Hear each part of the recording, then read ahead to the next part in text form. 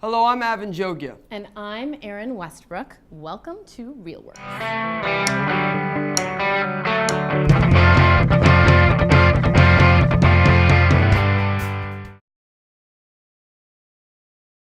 When filmmaker Kidder Joseph looked at the changes in his Bed-Stuy neighborhood, he saw the complex and often troubling impact of gentrification. Beyond the new buildings, cleaner streets, and fancy new shops, something was clearly being lost: a community. Here's the award-winning documentary, Clapping for the Wrong Reasons.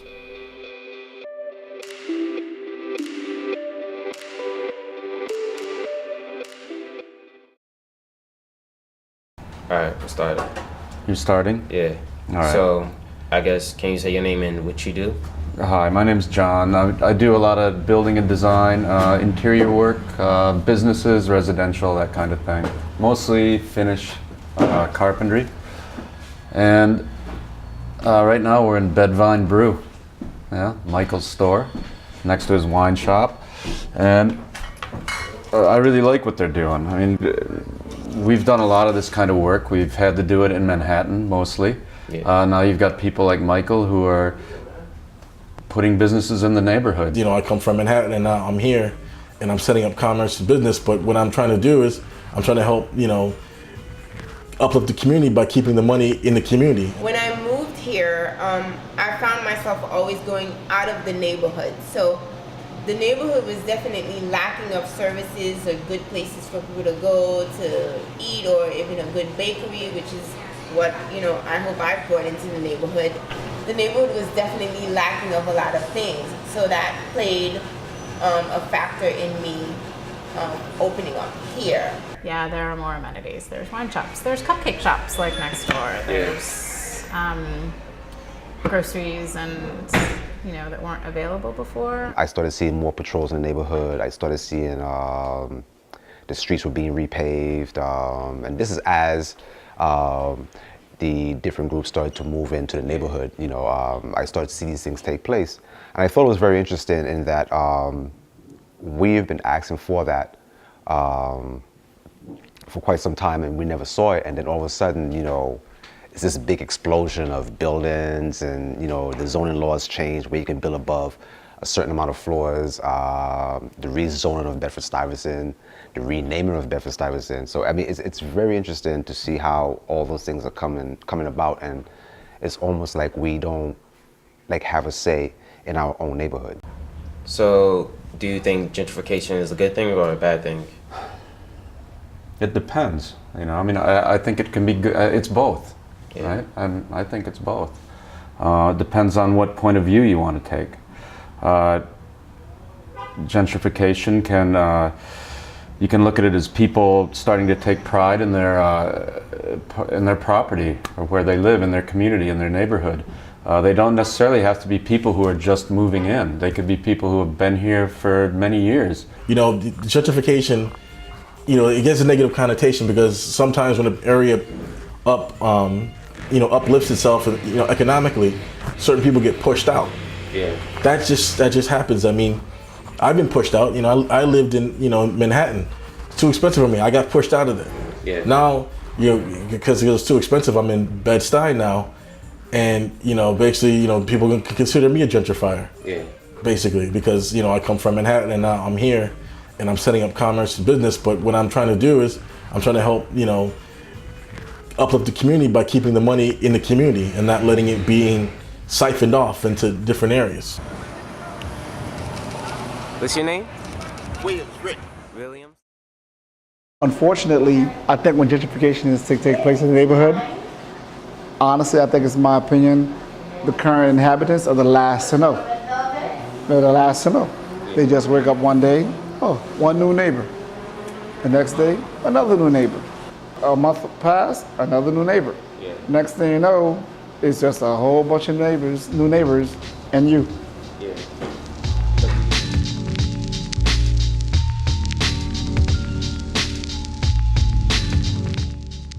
I do think it's sad in lots of ways that to see lots of homes that were once owned by Black people now being owned by people of a different colors.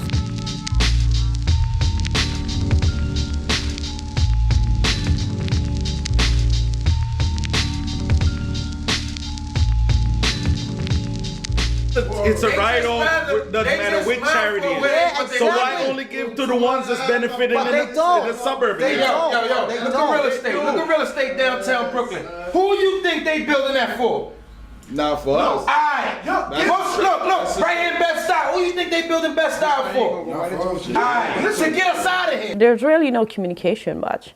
You know, people would see each other, and many times if they're not walking their dogs or looking down, not making eye contact, there's really not much of a community feel or any sort of contact that's been held at certain levels. So it could always, trying to be fair, it could maybe not only be my perception of them, but maybe whether their perception of us. Some of them act as if like they've always lived here, and two, like they're entitled or they should, be here. And really, I don't know if there's much remorse on their part as far as the fact that that really nice apartment that they're now living in, and maybe at one point there was a 4 or 5 person family living in that same apartment. Because you have certain people over here that grew up over here for life. Yeah. They were born over here, raised over here. We got like people like Miss Barbara, I don't know if you know her.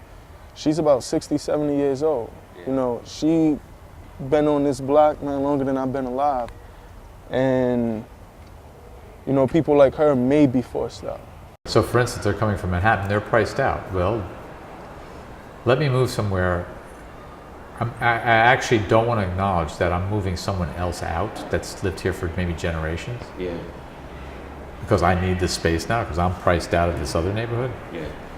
But let me rephrase it with, I'm going to make this neighborhood better. Better than what? So you have to look at what are they referring to when they say better. That's a code word for something, I think. I cut a white man hair right in his chair. I cut his hair. He's like, yeah, real estate is going crazy up here. You know, I'm like, oh yeah, you from around here? He's like, yeah, I just moved around here, man. Like, he said, I got a 1-bedroom right here on Tompkins between Hancock and Jefferson. Right now. He said, I said, yeah, how much the rent is over there? He said, I'll pay $2,500. One bedroom. Yeah, 1 bedroom. 1 bedroom. And they paying that. What black man, which one of y'all in here gonna pay $2,500 for 1 bedroom right now? None of us. Alright. None of us. Point man. I think there are homeowners, property owners who are selectively saying, no, I want this clientele here. Yeah. That's what I'm comfortable with. That's what I want here, and that's it. Yeah. And do you feel like, so... But that's also part of the gentrification. A lot of people in color, decide they want to give up their homes, to these people who are driving by and offering you cash for your homes. Who come in, they see that the real estate's gaining value in this neighborhood, and obviously there's a lot of beautiful buildings. They come in and they manipulate a way to take advantage of someone who possibly doesn't know the value yet of what they have, and they wrest it away from them, and then they turn around and just sell it for a quick buck.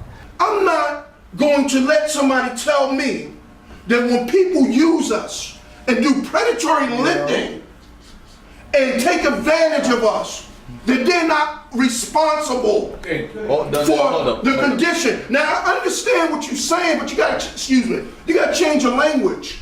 We have to become responsible for our own condition. Thank you. We have to become responsible for our own success. Thank you. If we all decided, hey, go to college, even if we didn't go to college, we all decided to say, let's get a really good job, let's do something, let's invest money instead of just spending it on nothing. Let's invest back into our neighborhood. It would have been possible for that to happen, but that didn't. People have to gather information for themselves and decide if this is bad or this is good. I don't think there's a blanket statement to cover the topic. I think it's really case to case. And I'm listening to your question. Maybe I need to do some sort of research of what life was like before. And maybe even you, doing this project, what life was like before, the amount of black businesses, the amount of money that came into this neighborhood, what type of businesses existed, why did businesses, go down within the neighborhood, what were some of the factors that could be attributed to it. We can't worry about what society's doing. They don't even have money. What we got to worry about is what we got. If I own a building and I see that the gentrification is coming through, I'm not selling. I love being over here. So in order for me to stay over here, if I have to make more money, then that's what I have to do. Nobody's gonna push me out. You can try. I may be weak now, you probably get me a little nudge, I may have to move for a little bit, but then I'm gonna come right back. So I don't see it as a big deal. People always wanna work for something. Matter of fact, not even work for something. They claim they wanna do something, but they're not willing to work for it. And I feel that's the hard part. That's what we're hard-headed. I be that Bethesda-Stuyvesant capital potentate, humble and talented, let my action prove that I'm great. Connoisseur, this hip-hop you adore, now bringing boot back, but lyricism lives forever in them. Time to start a revolution, I feel the evolution, let's stop all the pollution. Well, that's it for today's show. Thank you for joining us. See you next time on Real Works.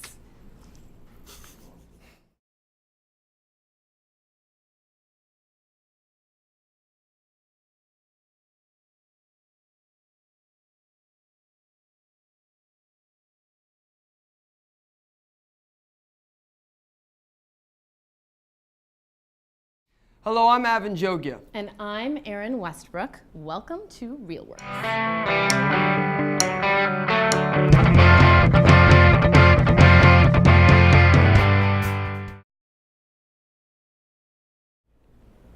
Filmmaker Luckney Jacques was fascinated with street performers and subway dancers. But when he turned his camera on two remarkable young dancers, he saw himself reflected in their struggles and dreams of making it out of the neighborhood for a better life. He discovered it's more than just dancing.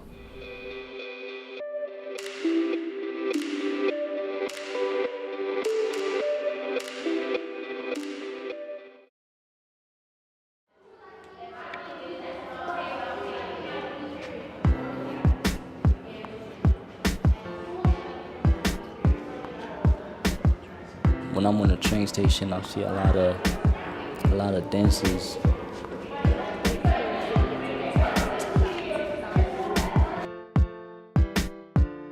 I think to myself, like, why they dancing in the train for asking for money? Why they could have like a job?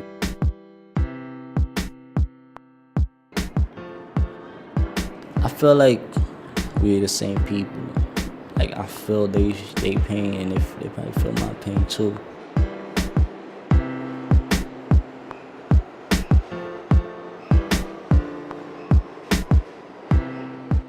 I started dancing really when I was a baby, like the age of 2.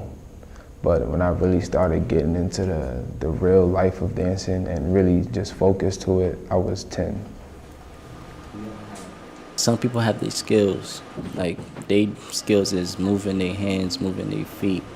And my skills is probably working with my hands, like working with camera. Most of us probably not good at schoolwork and stuff like that, so we struggle with that because we have to worry about both things. So I think that's what is I'm interested in getting to know about the dancers, to see if they have the same problem that I have.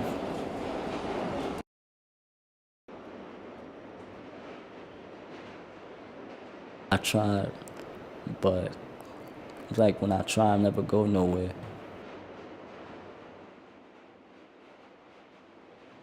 I have dreams, but it's like school will affect my dreams. But things gonna get harder for me my senior year, and I feel like it's gonna get harder and harder, and the more pressure I'm gonna have on me, the more my head gonna start hurting. It's gonna make me wanna give up, and I don't wanna be those kids that dropped out of high school.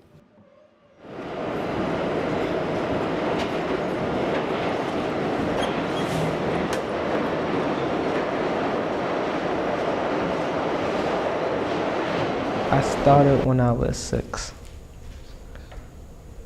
and from there it just picked up.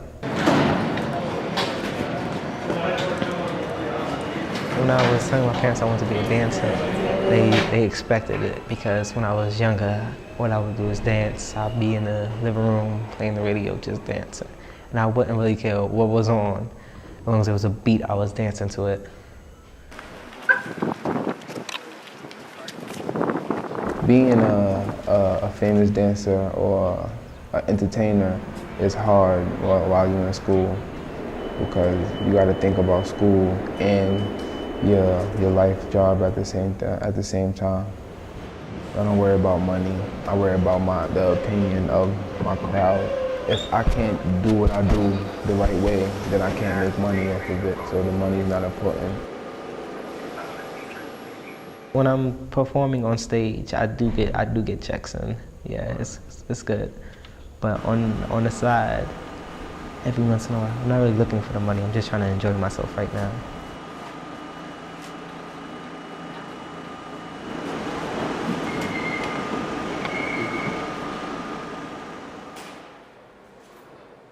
A lot of people bring attention to us, and some of us worry about what other people think about us.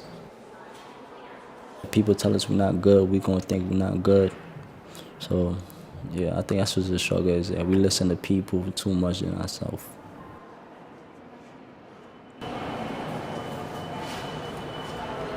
The feedback that I get, it inspires others to go to accomplish their dreams and go after what they believe in, and to try to dance themselves and go on and try to be positive about what they do and just be confident in it, to know not to give up.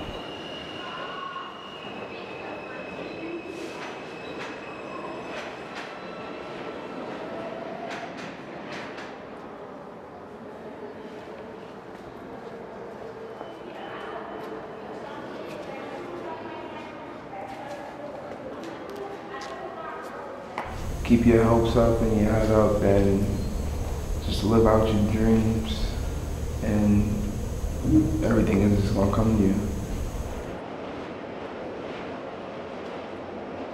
People talk about me, make me feel like I want to give up sometimes, but I know I can't let them get in my head. They're the people that's trying to knock me down, and I'm just a person trying to stay up.